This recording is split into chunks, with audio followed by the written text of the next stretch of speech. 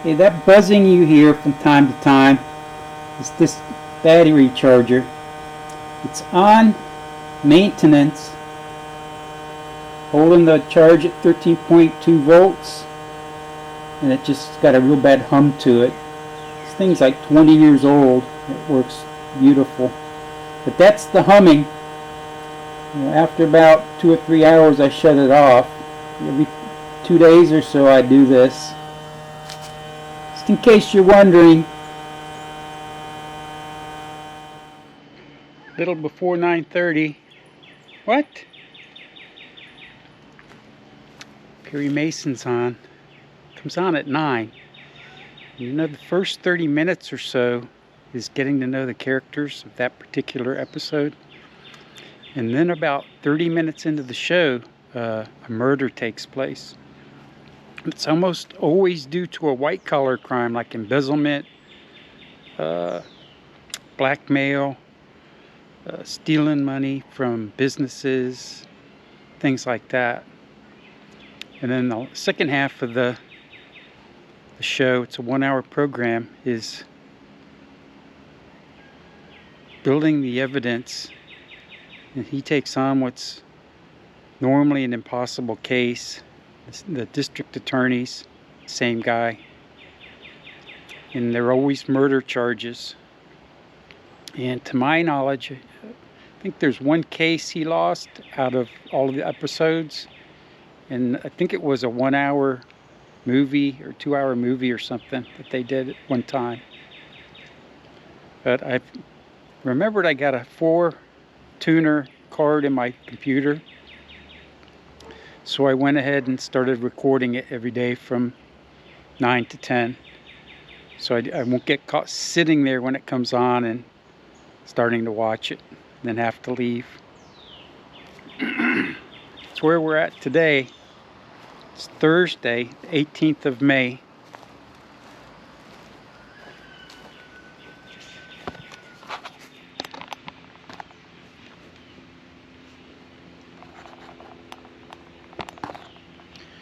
How's it going today? A little bit more cloudy today. Definitely a lot more clouds. The white puffy ones. So later today, they'll probably start building up and running into each other and turning into rain clouds. I think the chance of rain has been going up here lately. Toward the end of the week. Hope the day after Over the Hump is going well. You future people, I remember that no matter when, it's always somebody in the future that's listening or watching this. So hi, you future people. Whether 5 hours or 50 years from now, it still exists. Somewhere, maybe they'll use these videos as like a lead-in for video games. You know how they got these little storylines that go with them sometimes? But this is it. The year 2023. We still had green trees, blue sky, white clouds. Someday that'll all go away. Reminds me of a movie called Soylent Green. Another science fiction. The future. Future. You gonna come up here? Come on. She's here. Here's Sandy. Anybody want her? She's gonna take a nap on my lap. Sandy dandy. People are eating just those little microscopic shrimp things, not kelp. It's what whales filter through their gills that they eat. You know, it's the most abundant food source, I think, in the world. And it's hard to see. It's very tiny. Well, they end up making these wafers out of that. And that's how people are being fed. You know, trawlers out in the ocean just constantly picking it up. And it's getting scarcer and scarcer. And there's different colors of it because I guess there's different regions or types. Soylent red, soylent yellow, and soylent green. Rich people, ultra rich, can afford things like fresh meat, vegetables, which are like $7,000 a pound for beef. Fresh vegetables, probably $1,000 for a head of lettuce. A jar of preserves, strawberry preserves, would be like $700, something like that. So everybody else is making or eating soylent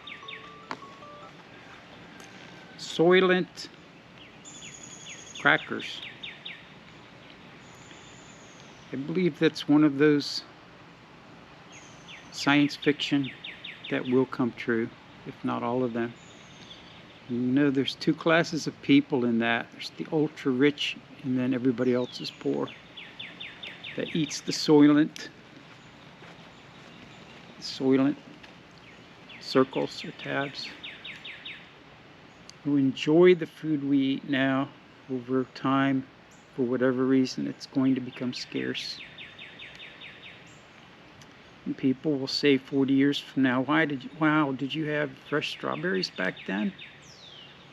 Yeah, I mean, they weren't lab-grown strawberries, they were real, grown in the ground. Yeah, isn't that interesting?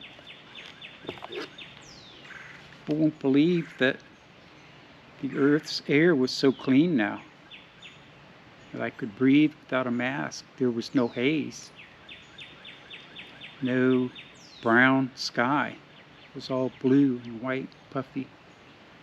We've truly lived during a time of great wealth and blessings in this century.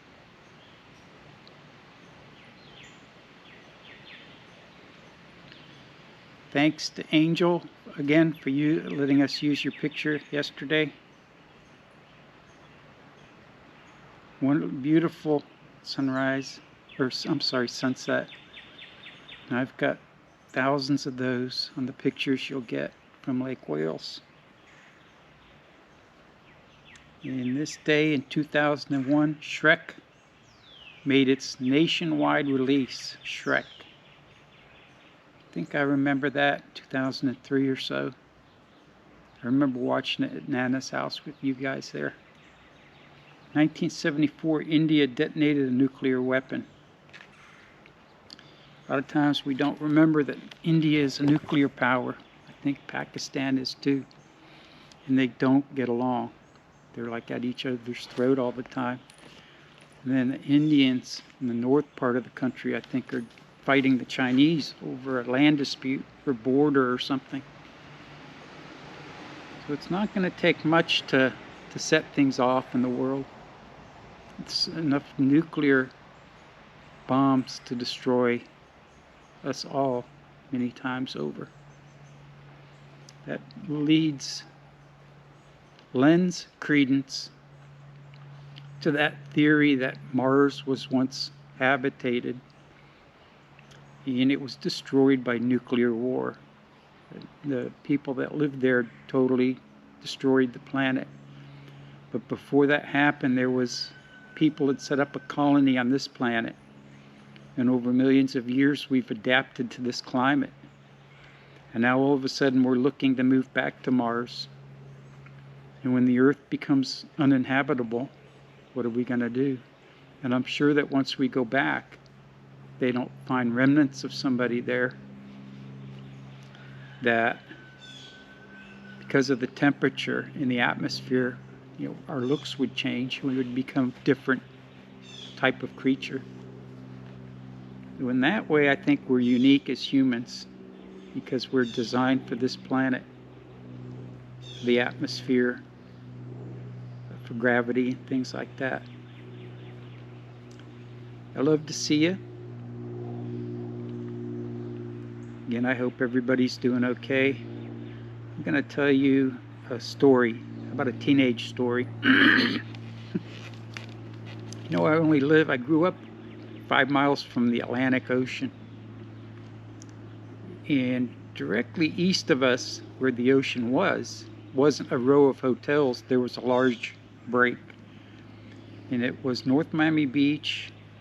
It was called Haulover, Hauliver. There's Haulover boats on YouTube. You can go on there and watch. I'd fished from that wall hundreds of times as a kid.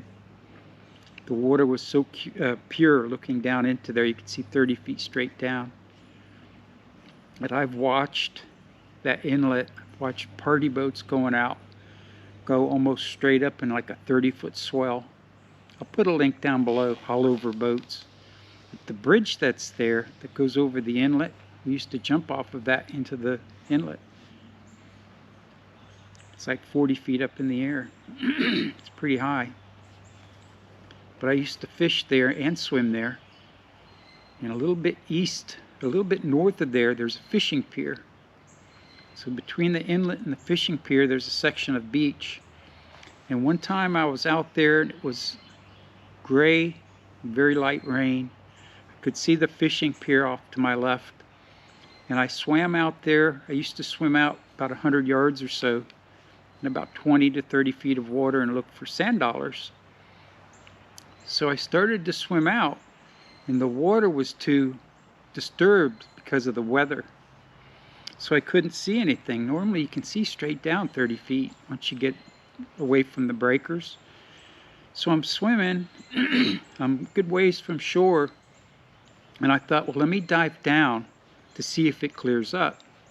So I dove down about 8 or 10 feet, and it was still as murky as can be because of the storm. And I started to move forward a little bit, and just then a tail. I didn't see the body of it because it was still too far away. When I got up close to it, it must have been the last half of this huge fish. But the tail was at least 3 feet tall. And it made the swimming motion like right in front of my face, like literally right here, like right next to my face. And I remember seeing this huge tail. And the only thing I could think of was that was one big fish or whatever. And I immediately turned around and started headed back in. So I learned not to go out when the water wasn't clear, especially between the inlet and the fishing pier, where a lot of people are fishing with bait and stuff. It could have been a huge tiger shark, and I might have missed being eaten alive by mere feet, maybe a half a second. If I had swam a half second sooner, I'd have been right in front of it when it came on me. And that's what I meant when I said yesterday, it's a miracle we all grow up. So many things could have happened, even for you, that didn't. And we find ourselves today still alive and in this world, enjoying everything. Another incident when I was about 16, I think Jaws came out in 76. So I would have been 16 or 17. And it was earlier in the morning, maybe about 10, 11 o'clock. Still kind of cool out. The water was kind of still. I was right off the main beach. And there was maybe just 2 or 3 or 4 people along the entire beach that I could remember. And as I went out into the water, there was a guy with long black hair and a beard. I recognized him from the TV. He was some sort of DJ. And I remember a commercial on TV, so I knew kind of who this guy was. He was a local DJ from one of the radio stations. He was directly behind me as I swam out. And I went out maybe 100 yards. And it was cloudy. It's a cloudy gray day, but there was no rain, and the water was clear. I could see pretty deep down. And when I looked back toward the beach, he was standing up, like intently staring at me. And I thought, why is he staring at me like that? And I dove down a couple of times. 20 feet, usually I can do pretty easy. I might go down to between 20 and 30, but going to 30 and below gets to be hard, because you can't stay down there very long. Maybe I was down too long, I don't know, but when I came back up, he was standing on his feet, staring out at me. So later on, when I went back in, I didn't say anything to him. I didn't find any sand dollars or shells or anything that day. And it was a few months later, or later that year, that I saw the movie Jaws. And I realized that it had just come out that week or a few weeks before that day I saw him standing there. Now, evidently, he was thinking I might be consumed by a shark or something. That's what I thought. I can understand that if I had seen the movie. So two beach stories today that happened to me.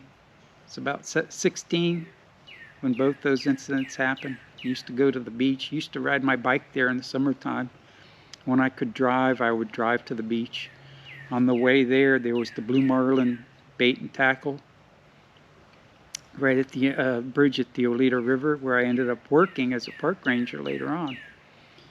And I would pick up about a dozen small live bait shrimp, because I had one of those yellow and white bait buckets that you can drop in the water or put a little pump in it. I'd just drop it in the water to keep the shrimp fresh. And I would just fish those 12 shrimp and come home. Usually, a lot of the stuff I'd catch I wouldn't eat, like barracuda, small grouper. Sometimes I'd take some snapper, mangrove snapper, or grunts. I would take some of that home because they were just large type panfish that make just enough fillet for like one meal. So that's when I would ride my bike. I don't remember the drive in the car that much, just mostly riding my bike with my fishing pole and my bait bucket, you know, on one handlebar. It's a 10-speed, 26-inch bicycle.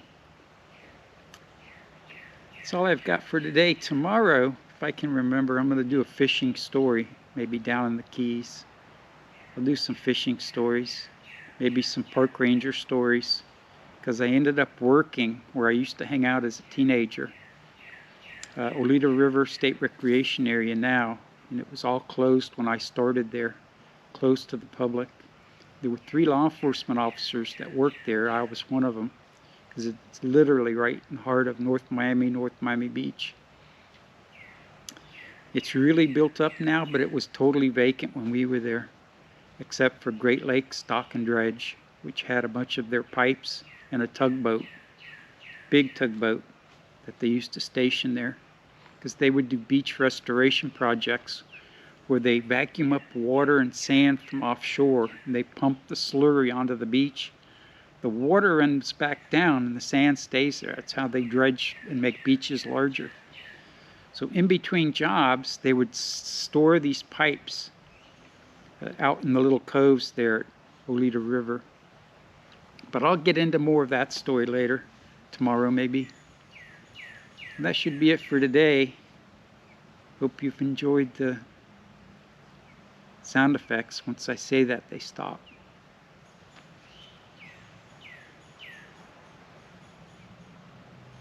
The squirrels are just on their way down. Here he comes. Hopefully he won't try to attack me. Alright, Sandy's over there. She's watching him. She's tired. She must stay up all night. She keeps the rats out of my truck in the car. She hangs out over here with me.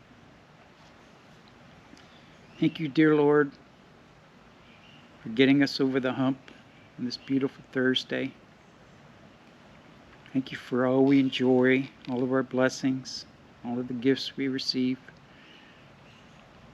We ask forgiveness for those who don't recognize you and all the gifts that they've received from you. We recognize you, Lord, and we thank you now for all of our blessings.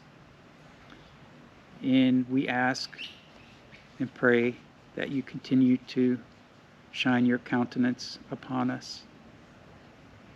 Thank you, dear God, and we love you so very much as our Creator.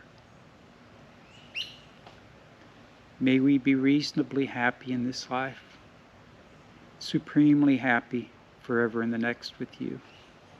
Amen. I love you. See you on Friday, good Lord willing. It's so nice out today. It's actually a little breeze blowing. It's still kind of cool. Morning.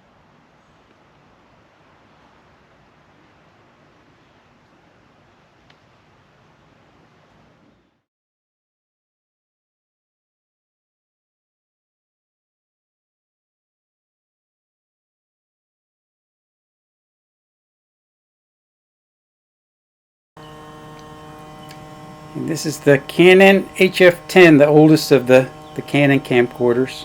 I didn't have anything to add to the end of the video. I was getting ready to go inside, and let me record something quick that I can put near the end. Now, usually I have an intro and I have an outro. Kind of, you know how it's in the Marvel movies, after as the credits are rolling, they'll break in and there'll be like a teaser of what's to come. So we something at the end. That's why you got to stay there at the movies.